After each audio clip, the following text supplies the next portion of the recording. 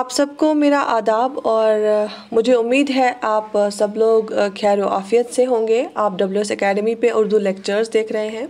ये lecture number 6 है और जो हमने रजिस्ट्रेशन ओपन की थी पटवारी बैच के लिए वो अभी भी ओपन है। 25 से ऑलमोस्ट 25 से हम क्लास स्टार्ट कर रहे हैं और जिनको अभी रजिस्ट्रेशन करनी है वो WS एकेडमी की ऐप डाउनलोड करें और उस पर जाके रजिस्ट्रेशन करें। बाकी मैं पहले कुछ क्वेरीज़ का आंसर देना चाहूँगी। मोमिना शायद नाम था मोमिना, उन्होंने बार बार पूछा है कि दैट हमें जो आज तक 5 लेक्चर्स हुए वो नहीं मिल रहे हैं। आप जो WS एकेडमी की यूट्यूब चैनल है उस पर एक प्लेलिस्ट हमने बनाया है पटवारी सीरीज़ का, वहाँ पे 5 लेक्चर्स अवेलेबल है और ये 6 लेक्चर 6 भी हम उसमें डाल रहे हैं।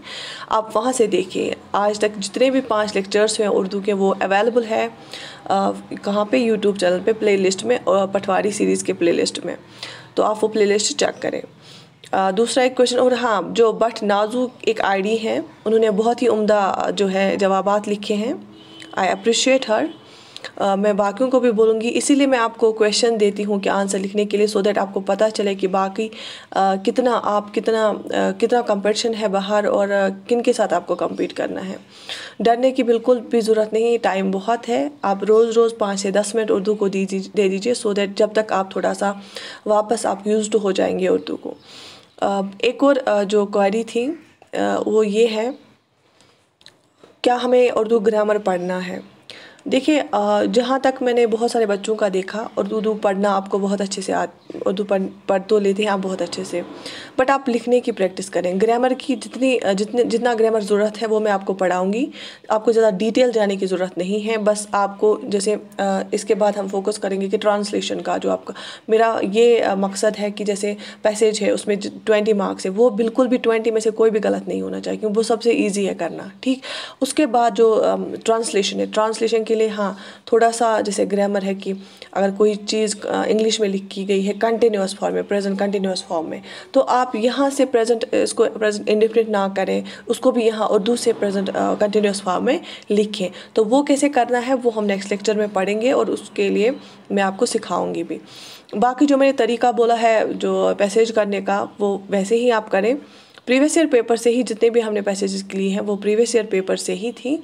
और एक क्वेरी थी कि previous year paper PDF form में दे दीजिए। वो हमने जो पटवारी का ग्रुप है इसमें टेलीग्राम पे उस पर शेयर किया है। आज शाम को मैं फिर से सर को बोलूँगी वहाँ शेयर करने के लिए, सो दैट जिन बच्चों ने वो नहीं लिया है वो फिर से ले लें। वो जो प्रीवियस ईयर का पटवारी का पेपर है वो हम फिर से शेयर करेंगे।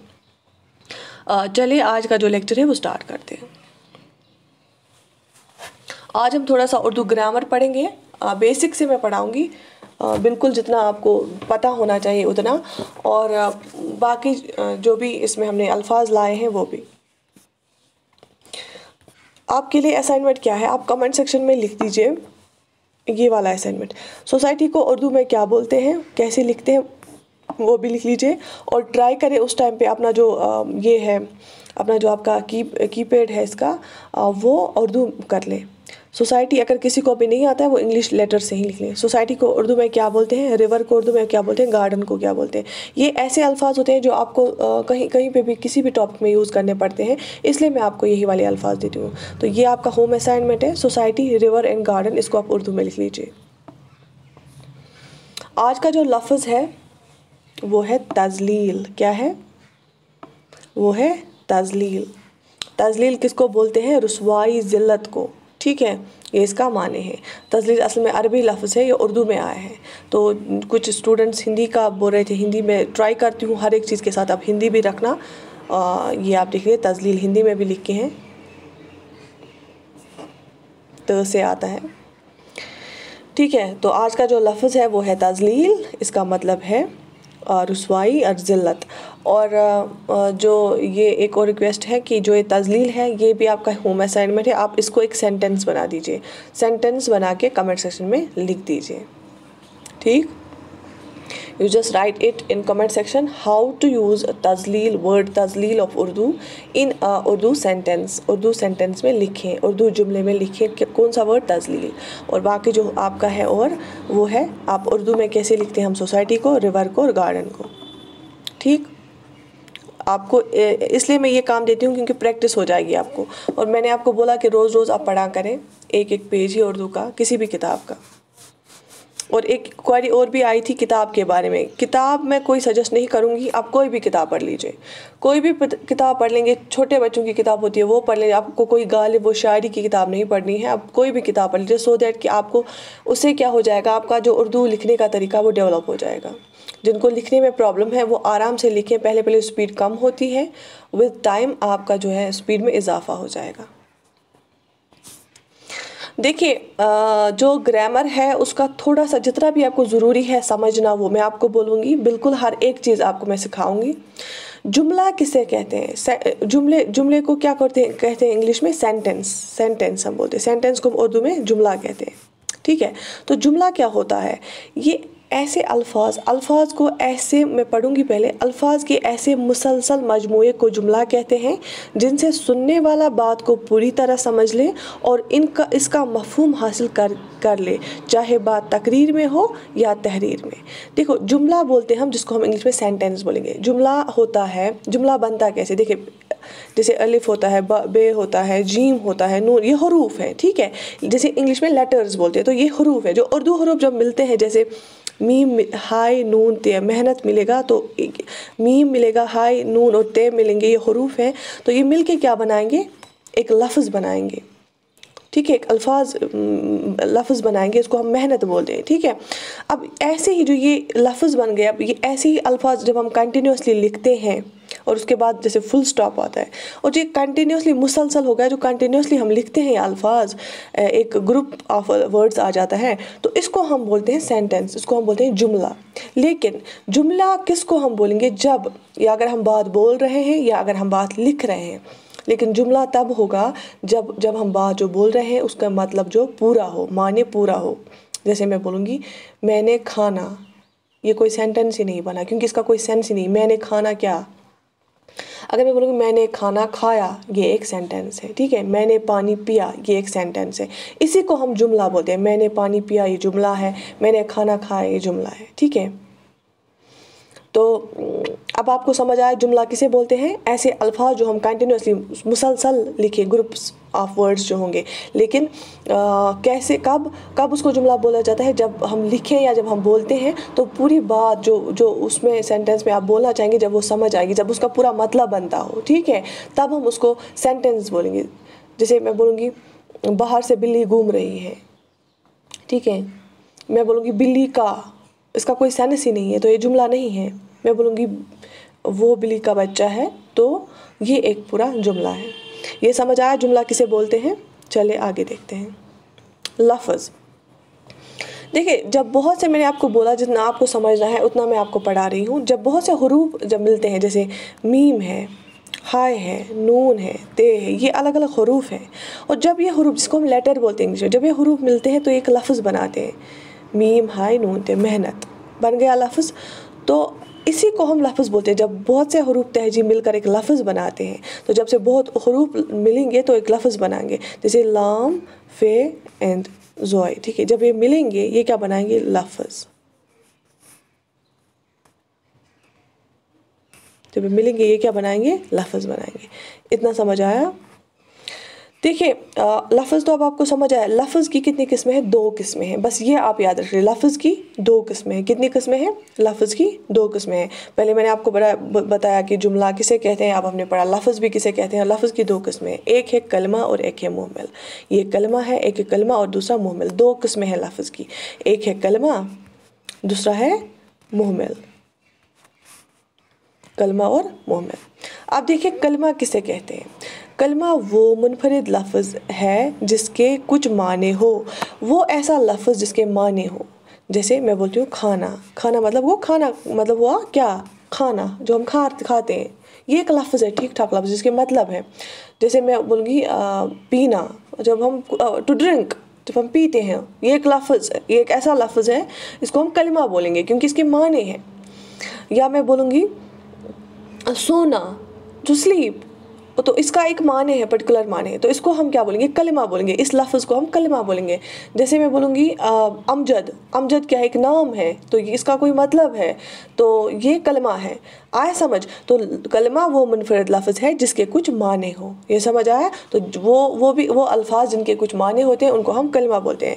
यानी हरूफ के एक ऐसे मुअज्जमे को कलमा कहा जाता है जिसके किसी बात का मतलब पूरी तरह समझ आए। तो इसी से जब हरूफ हम जोड़ते हैं और एक अल्फाज बनता है तो फिर क्या हो जाता है, वो ऐसा अल्फाज जब वो जोड़ते हैं हम तो एक जुमला बनता है। जब तक अल्फाज का कोई माने ना हो तो जुमले का माने भी नहीं आएगा। अगर अल्फाज बेमाने हो तो जुमले का माने भी नहीं आएगा। जैसे मैं बोलती हूँ पानी, पानी तो एक अल्फाज है अच्छा खासा, इसको कलमा हम बोलेंगे क्योंकि इसका मतलब है। अगर मैं बोलूँगी वानी, वानी का कोई मतलब ही नहीं है। अगर हम वानी इस्तेमाल करेंगे पानी की जगह जुमले में तो उसका मतलब ही नहीं आएगा। आए समझ? तो क्यों ज़रूरी है कलमा? तो वो अल्फाज जिसका कुछ कोई माने होता है उसको हम कलमा बोलते हैं। फॉर एग्ज़ाम्पल जैसे कि हामिद माँ बाप का इकलौता बेटा है। क्या इसका मतलब समझ आता है? हामिद सही लफ्ज़ है, माँ सही लफ्ज़ है, बाप सही लफ्ज़ है, इकलौता सही लफ्ज़ है, बेटा सही लफ्ज़ है, जिनके माने हो तो उनको हम क्या बोलते हैं? उसको कलमा बोलते हैं। ये बात समझ आई? चले आगे देखते हैं। मुहमिल अल्फाज के ऐसे मजमूए को कहा जाता है जिसके कुछ माने ना हो। मतलब जिस लफ्ज़ के कुछ माने ही ना हो, जिस अल्फाज के कुछ माने ही ना हो उसको क्या कहा जाता है? मुहमिल। जैसे मैंने बोला अभी पानी की जगह हम वानी यूज़ करेंगे तो कोई मतलब ही नहीं है इसका। जैसे हम सोना के जगह वो ना यूज़ करेंगे, इसका कोई मतलब ही नहीं है, तो इसको हम मुहमिल बोलते हैं। ये समझ आया आपको? जैसे खाना वाना खाया होगा, तो क्या आपको लगता है वाना क्या है इसमें? खाना तो कलमा है, वाना क्या है? मुहमिल है। ठीक है। आपने पानी वानी पी लिया, वानी क्या है? इसका कोई मतलब ही नहीं है। इन दो जुमलों में वाना और वानी मुहमिल है। ये अब समझ आया? ठीक है। ये आपको डायरेक्टली एग्जाम में ज़रूरत नहीं है, मैं आपको इसलिए पढ़ा रही हूँ सो दैट कि जो आपके जितने भी कॉन्फ्यूजन है, जहाँ पे भी आपकी गलती होती है उर्दू में, वो आपसे गलती ना हो, इसलिए मैं आपको ये सब चीज़ें पढ़ाती हूँ। यहाँ तक समझ आया? बर्ड को उर्दू में क्या बोलते हैं? बर्ड को उर्दू में या तो हम चिड़िया को ऐसे इंडिकेट करते हैं, या पंछी या परिंदा। तो परिंदा जो है उसको बर्ड बोलते हैं, या पंछी को भी कभी कभी चिड़िया की जगह भी हम बर्ड जो है ट्रांसलेट करते हैं। तो जब आपको ट्रांसलेशन करना होता है, इसलिए मैं आपको इंग्लिश भी देती हूँ और उर्दू भी देती हूँ, क्योंकि आपको एक जो 10 मार्क्स है उसमें ट्रांसलेशन करना है। तो बर्ड को क्या बोलते हैं? परिंदा। आप यहाँ पे देखिए कैसे लिखा जाता है परिंदे को, पंछी, पेनून चीम दुजशम। ठीक है। ये पूरा आप क्या करें, ये पूरा आप देख लें कि लिखना कैसे है। पंछी छ है, इसमें चीम नहीं आता है, छ। ठीक है। चीम एंड आगे और ये ठीक है। परिंदा, पंछी और चिड़िया। यहाँ तक समझ आया? क्योंकि आपके 10 मार्क जो है वो ट्रांसलेशन के हैं। ठीक। देखिए मैंने ये इसलिए लाया आपकी स्क्रीन पे, आप पढ़ लें, क्योंकि कुछ ऐसे हो सकते हैं यहाँ पे एस्पिरेंट्स जो बोल नहीं पाते हैं और जिनको बेसिक्स में प्रॉब्लम हो, बिल्कुल बेसिक में, तो उनके लिए ये इसलिए ज़रूरी है क्योंकि देखिए उर्दू जैसे अलिफ है, अलिफ के नीचे इंग्लिश में लिखा है कि कैसे पढ़ना है इसको। जैसे स्वाद है देखो SAD। जैसे वाव है W, देखो यहाँ पे WAW। तो आपको आसानी हो जाएगी, क्योंकि ऐसे भी होते हैं कभी कभी क्या होता है, ऐसा कन्फ्यूजन होता है, बेसिक वाला कन्फ्यूजन, फिर इंसान बोल नहीं पाता है कि मुझे वाव का पता नहीं है या भूल गया है। ठीक है। तो हमज़ा जैसे है HAMAZAH, तो आप इंग्लिश ट्रांसलेशन करके इनकी जो इनका जो बोलने का साउंड्स जो है इसके वो ठीक दुरुस्त कर सकते हैं अपने तलफ़ुज़, अब दुरुस्त हो जाएगा आपका। ठीक है। जिसको प्रॉब्लम है इसमें कोई शर्माने की बात नहीं है। आप क्योंकि बहुत टाइम से आपने पढ़ा नहीं होगा, उर्दू पढ़ी नहीं होगी आपने, तो आप क्या करें, इसको पढ़ें और इसके जैसे जीम है JIM हमने नीचे इसको लिख के हैं। ठीक है। तो आपको आसानी हो जाएगी, तो आप इसको पढ़ लें, नीचे इंग्लिश में दे के हैं उसको, ऐसे आपको ज़्यादा मदद मिलेगी क्या करने की, इसका जो तलफ़ुज़ है वो सही से करने का। ठीक है। बाकी जिनको अभी ये कुछ आज तक वाले लेक्चर्स मिस हो रहे हैं, वो वहाँ प्लेलिस्ट में जाके चेक करें, सारे प्लेलिस्ट में अवेलेबल है। उसके बाद देखो आपको उर्दू की जो गिनती है वो भी मैं आपको सिखाऊंगी, कैसे डेट कैसे लिखते हैं, क्योंकि आपको डेट्स लिखने पड़ते हैं, डेट कैसे लिखते हैं, और बाकी आप इनको कैसे उर्दू में लिखा जाता है, इसके लिए मैंने ये स्लाइड्स लाए। आप पढ़ लें। सिफ़र, ज़ीरो को क्या बोलते हैं? सिफ़र। सिफ़र कैसे लिखा जाता है? सौद, फे एंड रे। दिख रहा है यहाँ पे आपको, ये देखें सिफ़र। ज़ीरो को क्या बोलते हैं उर्दू में? सिफ़र बोला जाता है। एक, वन को बोला जाता है एक, टू दो, थ्री तीन और फोर चार।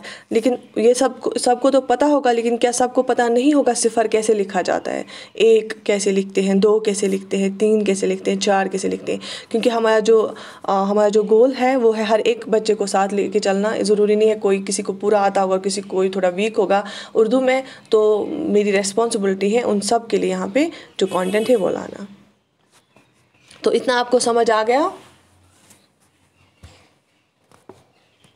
चलिए अब अपना जो रेस्पॉन्स है वो कमेंट सेक्शन में लिख दीजिए कि एक तो मैंने आपको क्या रखे हैं, क्वेश्चन दिए हैं कि कुछ वर्ड्स दिए हैं, और तज़लील जो है उसको आप क्या करें, सेंटेंस में यूज़ करें। और मैंने आपको बोला कि आप ये बताएं, ये लिखें कि सोसाइटी को उर्दू में क्या कहते हैं, रिवर को क्या कहते हैं, गार्डन, और लिखा कैसे जाता है।